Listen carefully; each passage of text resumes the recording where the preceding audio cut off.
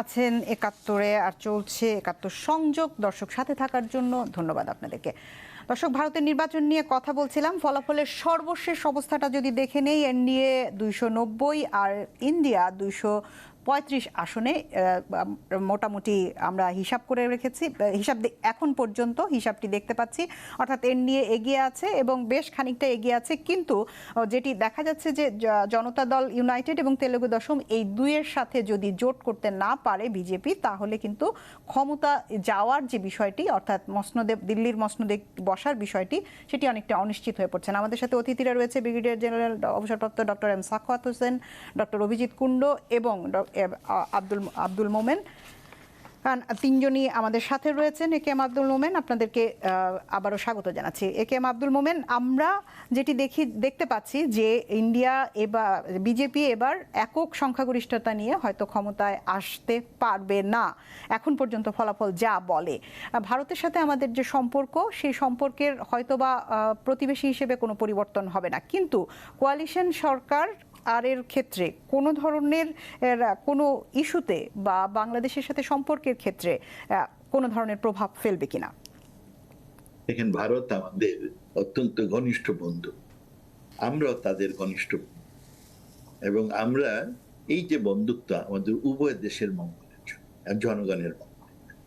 আর আমাদের বন্ধুত্ব আজকের না, বহু পুরনো। আমার স্বাধীনতা যুদ্ধ থেকেই তারা আমাদের বন্ধু, আর আমরা তাদের বন্ধু বলে উভয় দেশেরই মঙ্গল হচ্ছে।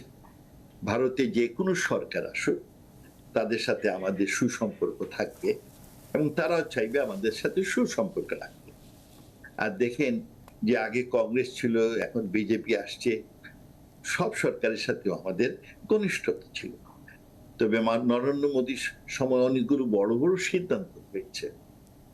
এবারের একটি নির্বাচনে আমরা যেমন একটা গণতান্ত্রিক দেশ, অসাম্প্রদায়িক দেশ, আমরা চাই আমাদের প্রতিবেশী রাষ্ট্র গণতান্ত্রিক হবে, অসাম্প্রদায়িক হবে এবং মানুষের মূল্যবোধের উপর খুব বড় রকমের জোর দেবে।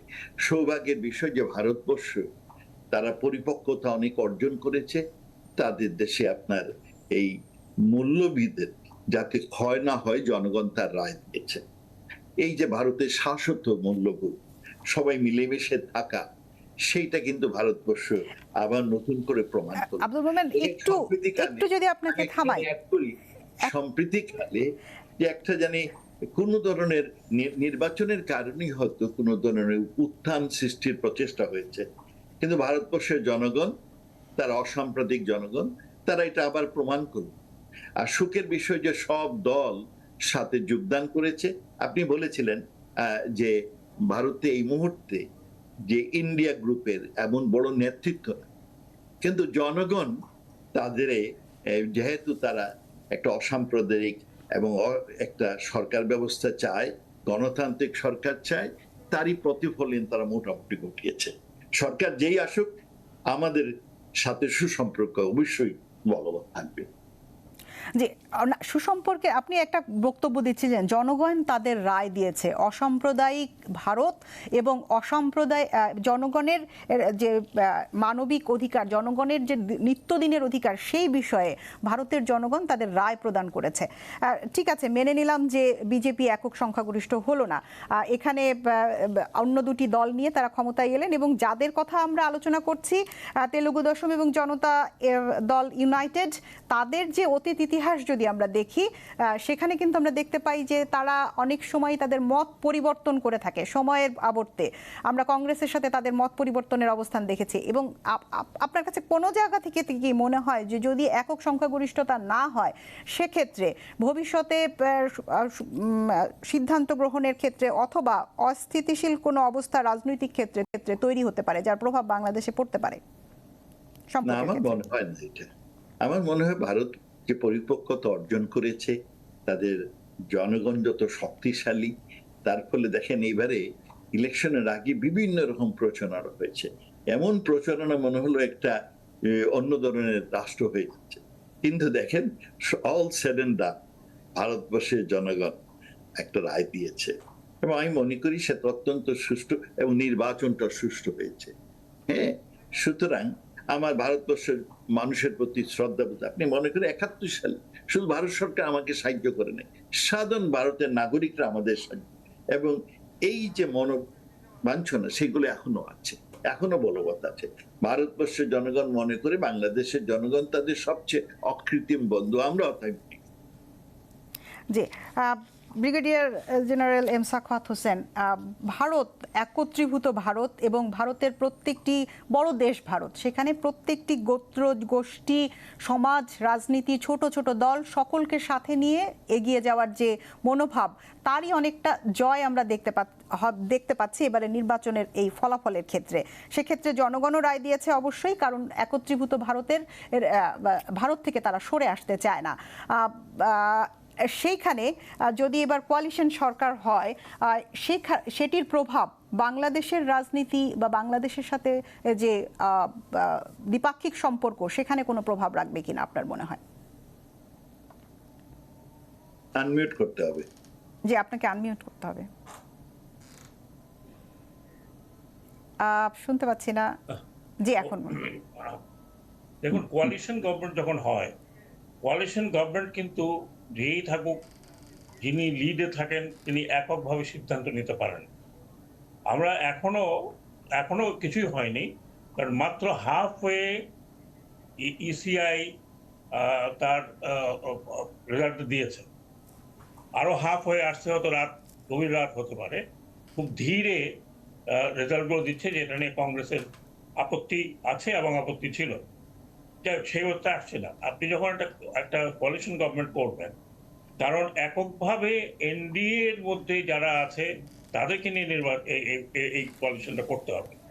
সেখানে আপনি যেটা বললেন, মুখ্য দুটি দল বা দুজন ব্যক্তি তার উপরে নির্ভর করছে। একজন হচ্ছেন নীতিশ কুমার বিহারের, জেডিইউ, আরেকজন হচ্ছে তেলেগু দেশম পার্টির চন্দ্রবাবু নাইডু। চন্দ্রবাবু নাইডু মাত্র কিছুদিন আগে জেল থেকে বেরোয়েছেন, এবং আপনি নিজেই বলেছেন তার অতীতের স্থিরতার বিষয়ে। এখন চন্দ্রবাবু নাইডু এবং নীতিশ কুমারকে নিয়ে অলরেডি কিন্তু ইন্ডিয়া জোটে টানাটানি শুরু হয়ে গেছে। সেই জায়গাতে আমাদের মমতা ব্যানার্জি আছেন। মমতা ব্যানার্জি একজন বড় ফ্যাক্টর হয়ে আসছেন, কারণ তিনি প্রায় 30-এর কাছাকাছি সিট নিচ্ছেন, পাবলিক 30 আর পাবলিক 31, যেখানে বিজেপি তাদের প্রায় 9টি সিট হারিয়েছে। এই ধরনের সরকার যখন হয়, তখন সরকারের একক বা লিড পার্টির একক সিদ্ধান্তে এটা হয় না, ডিপেন্ড করতে হয় এদের উপরে।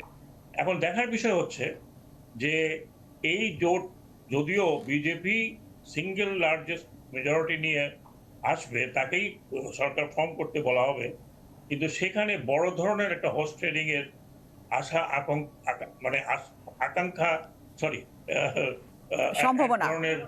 সম্ভাবনা রয়েছে। হোস্ট ট্রেডিং তো শুরু হয়ে গেছে অলরেডি দুই দল থেকে। বিষয়টা যেটা আমি বলছি যে কোর যে রিলেশনশিপ হয় বিভিন্ন আন্তর্জাতিক অঙ্গনে, কোর রিলেশনশিপে কিন্তু কোনো খুব বড় পরিবর্তন হয় না, বিশেষ করে বড় দেশ ভারতের মতো দেশের রিলেশনশিপ নেপাল, ভুটান, বাংলাদেশ, ভারত, ইন্ডিয়া, শ্রীলঙ্কা যেমন আছে, সেখান থেকে খুব বড় একটা চেঞ্জ হবে না।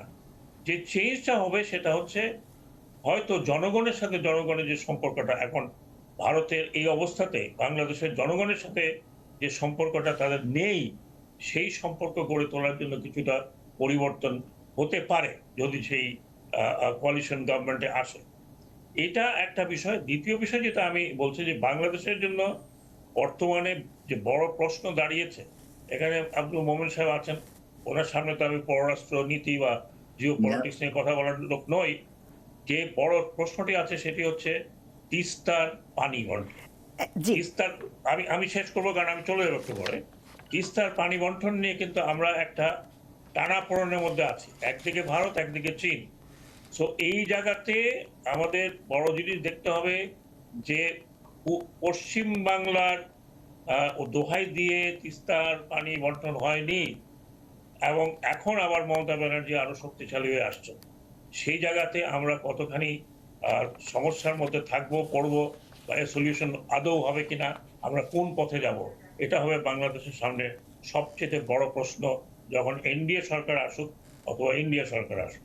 জি, আমরা দেখি যে মোটামুটি যদি আমরা আন্তর্জাতিক রাজনীতি বিশ্লেষণ করি, 5টা ফ্যাক্টরকে আমি যেটা ঘেটে ঘুটে পেয়েছি যে বাংলাদেশের ভারতের নির্বাচন, বাংলাদেশের রাজনীতি এবং বাংলাদেশের সাথে সম্পর্কের 5টা মূল পয়েন্ট, যেখানে নাগরিকত্ব আইন, রাজনৈতিক এবং কূটনৈতিক কারণ, তিস্তা চুক্তি, অভিন্ন নদীর পানি বন্টন, সীমান্ত হত্যা এবং ট্রানজিট এবং বন্দর ব্যবহার, প্রত্যেকটির সাথে পিপল টু পিপল কানেকশন এবং একই সাথে বাণিজ্য এবং ভূরাজনীতি, এই বিষয়গুলোকে কেন্দ্র করে 5টা বিষয় মোটামুটি আমাদের সাথে নির্ভর করে দুই দেশের সম্পর্কের ক্ষেত্রে। সো এই যে 5টা বিষয়, সেই বিষয়টাকে সামনে রেখে এবারের নির্বাচনে আমি এই অভিজিৎ কুণ্ডু, আপনি আছেন আমাদের সাথে, আপনার কাছ থেকে আপনার মতামত জানতে চাই। আপনি যে বিষয়গুলো তুললেন, আন্তর্দেশীয় বিষয়, এটা খুব সহজ হয় যদি কোনো একদলীয় শাসন একটা সরকারে থাকে এবং তাদের যদি সদিচ্ছা থাকে দুটো দেশের মধ্যে সুসম্পর্ক বজায় রাখার। এখন এই যে একটা জোট সরকারের সম্ভাবনা, এতে কিন্তু সিদ্ধান্তের জায়গায় অনেক টানাপোড়েন চলে আসবে। সত্যি কথা বলতে কি, যেহেতু বর্ডারটা বাংলাদেশের পশ্চিম বাংলার সাথে, এবং যেহেতু পশ্চিম বাংলার মুখ্যমন্ত্রী তার যথেষ্ট একটা সংখ্যা নিয়ে এবার পার্লামেন্টে যাচ্ছেন, এবং যারাই সরকার করুক তারা কিন্তু খুব শক্তপোক্ত সরকার এটা হবে না। এখন যেই ব্লকই সরকার করুক তাকে কিন্তু নির্ভর করতে হবে অন্যান্য রিজিনাল পার্টির উপর, তাদের সমর্থনের উপর। এবং আমরা কিন্তু এখনই বলতে পারছি না মমতা ব্যানার্জি অর্থাৎ তাদের তৃণমূল পার্টি শেষ পর্যন্ত কাদের সাথে যাবেন। অর্থাৎ ওনার কিন্তু ইতিহাস আছে ভারতীয় জনতা পার্টির সাথে সরকারে যাওয়ার, ঠিক আছে। আবার অন্যদিকে ভারতের যে রাহুল গান্ধী লেড যে ফ্রন্ট, সেটারও কিন্তু একটা সম্ভাবনা আছে সরকারে আসার। জি, এখানে খুব একটা টালমাটাল একটা খুব দুর্বল সরকারই আমরা এক্সপেক্ট করতে পারি। এবং দুর্বল সরকার, তাহলে সিদ্ধান্তটাও হয়তো দুর্বল হবে, অর্থাৎ আজকে যে সিদ্ধান্ত 6 মাস পরে সেটি নাও থাকতে পারে। আর কূটনীতিতে সময় খুব বড় একটা বিষয়। আমরা একটা বিরতি নিয়ে আসি এবং বিরতির থেকে ফিরে আবারও দর্শক একই প্রসঙ্গে কথা বলবো। দর্শক আছেন 71 সংযোগে, নিচ্ছি বিরতির সাথে থাকবেন নিশ্চয়ই।